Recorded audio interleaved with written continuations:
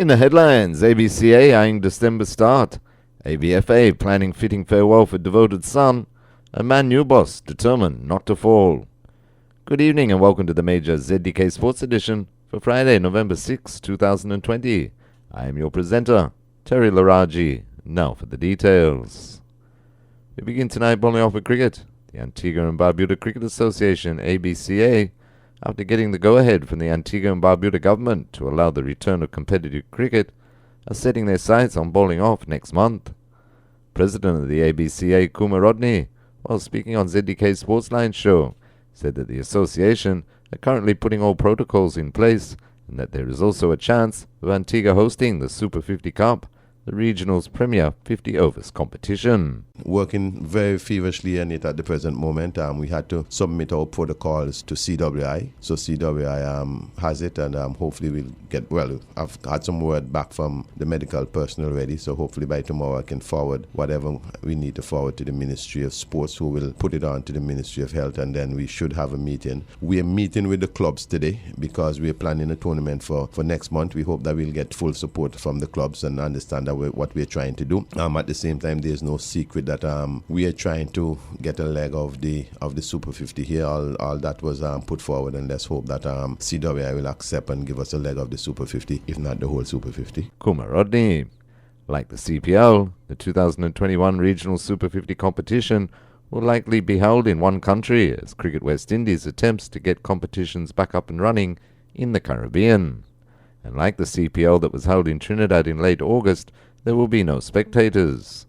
This is according to CWI CEO Johnny Grave, who said that over the next few weeks, CWI would be working with their International Fixture List Committee and the Board of Directors to put forward their recommendations about where to host the Super 50, and after that, hopefully host Sri Lanka for 3 T20 internationals, 3 one-day internationals, and 2 test matches.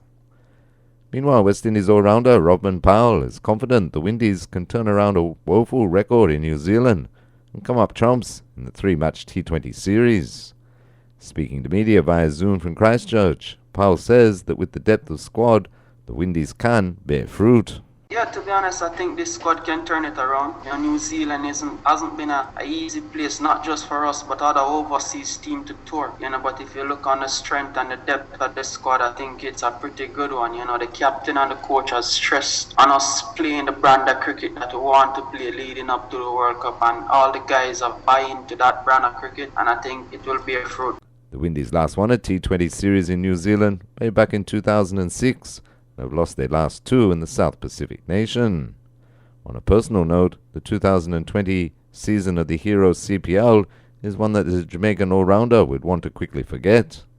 In 11 matches, 10 of which he batted, Powell scored 106 runs at an average of 11.77 and had a top score of 33.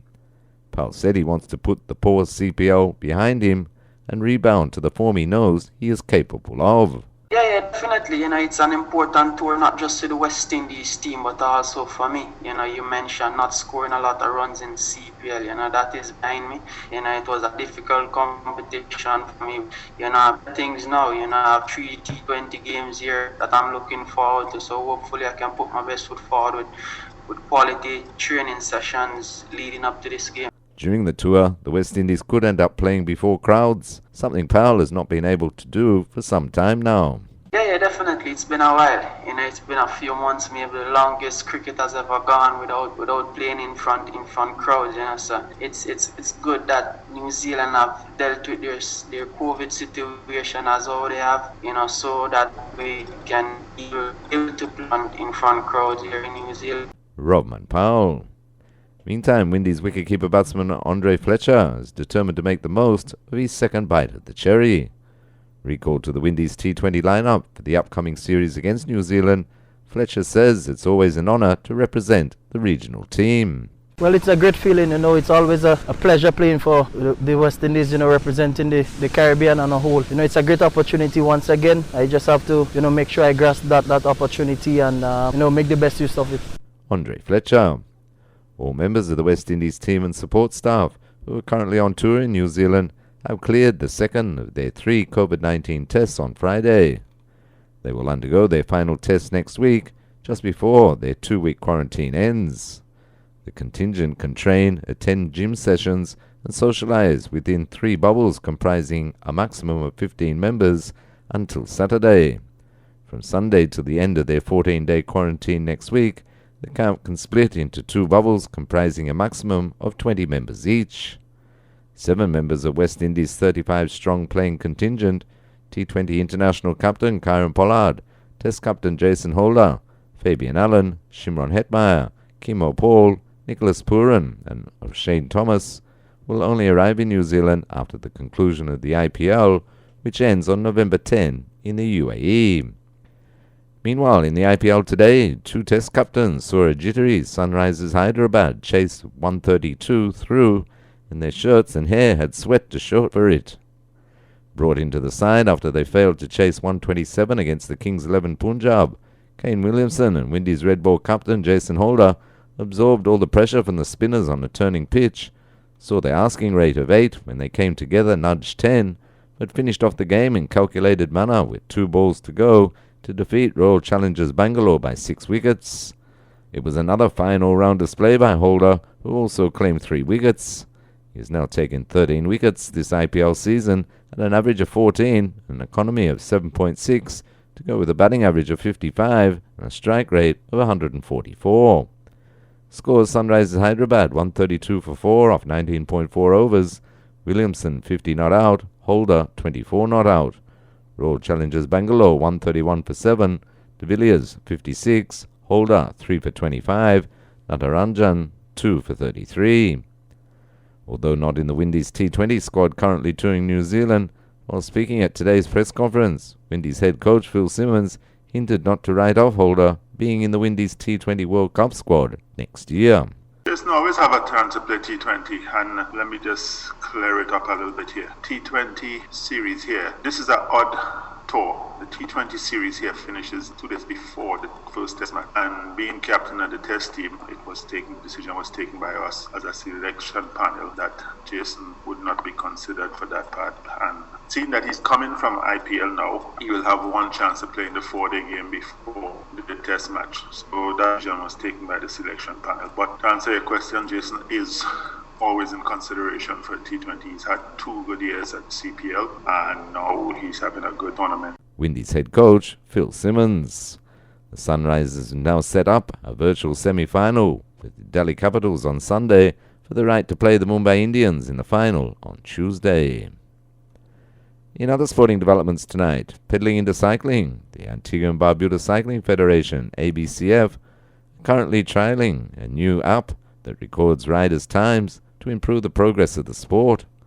According to ABCF Vice President Derek Sutherland, the app helps in the progress, or lack thereof, of junior cyclists. That's what I did with the junior cyclists. You know, I'd have their numbers and I could see if they were getting better. And if they weren't, it was easy for me to go and sit down with them and say, right, okay, talk to me about your training, what's going on, what's stopping you. Or, in some cases, wow, you're doing a really good job, keep it up. Now I want you to do A, B, and C to get your improvement. Derek Sutherland speaking on the Sportsline show.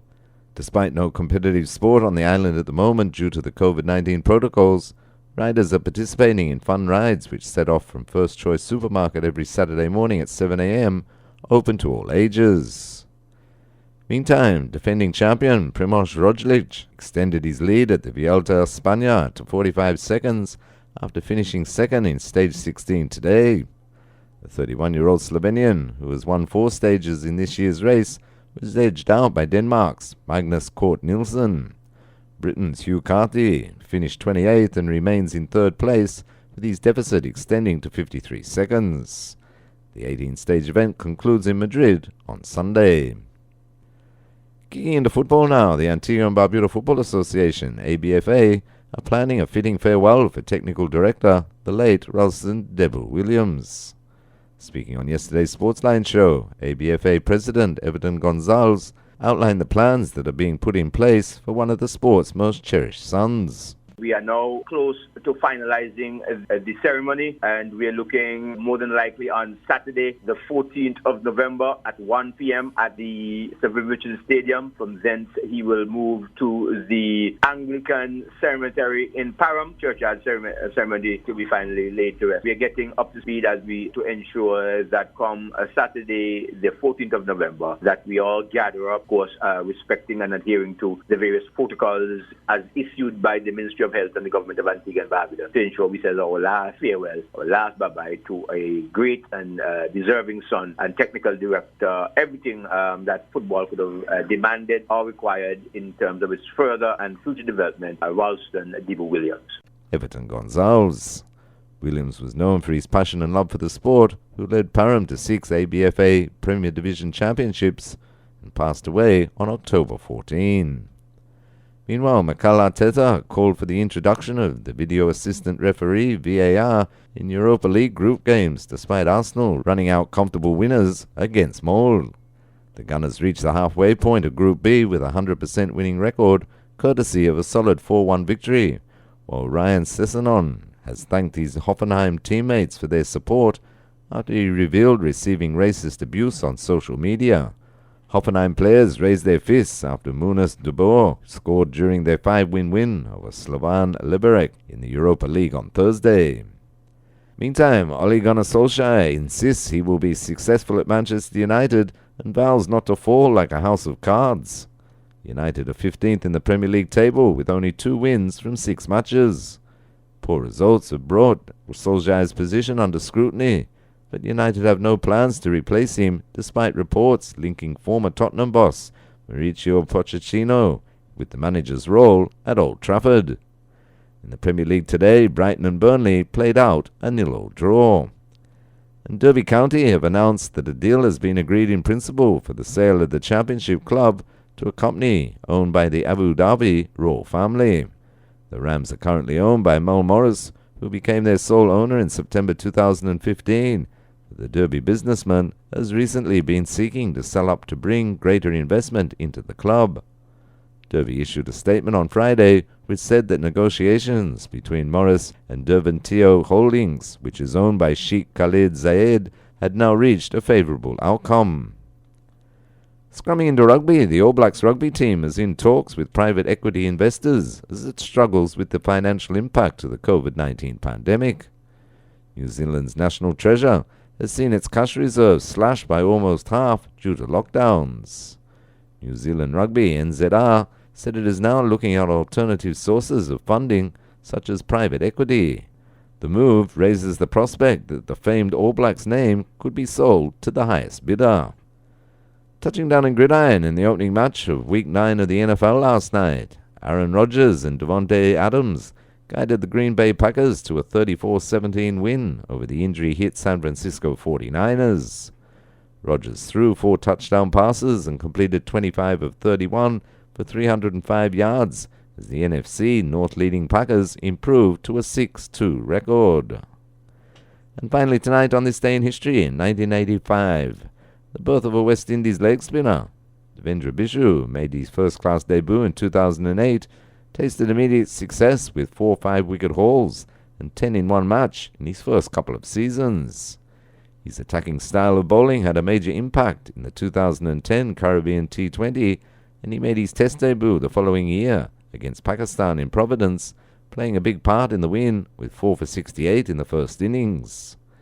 Bishu had a good series against Bangladesh, but lost his place in the side after 11 tests, thanks to competition from Sunil Narine and Shane Shillingford. Bishu made a comeback to the test side in 2015, taking 6 for 80 against Australia in Dominica. The following year, he turned in an astonishing 8 for 49 and 10 in the match against Pakistan in Dubai, though it was not enough to win his side the test. And that story has brought us to the end of our sporting developments for tonight. Now to recap our top story. The Antigua and Barbuda Cricket Association, after getting the go-ahead from the Antigua and Barbuda government to allow the return of competitive cricket, are setting their sights on bowling off next month. I've been your presenter, Terry Laraji. Thank you for listening. To watch ZDK Sports Package, go to the YouTube channel of Terry Laraji, The Straight Bat, and subscribe. Stay tuned now for your Voice of America update. Do enjoy the rest of your evening and have a great weekend.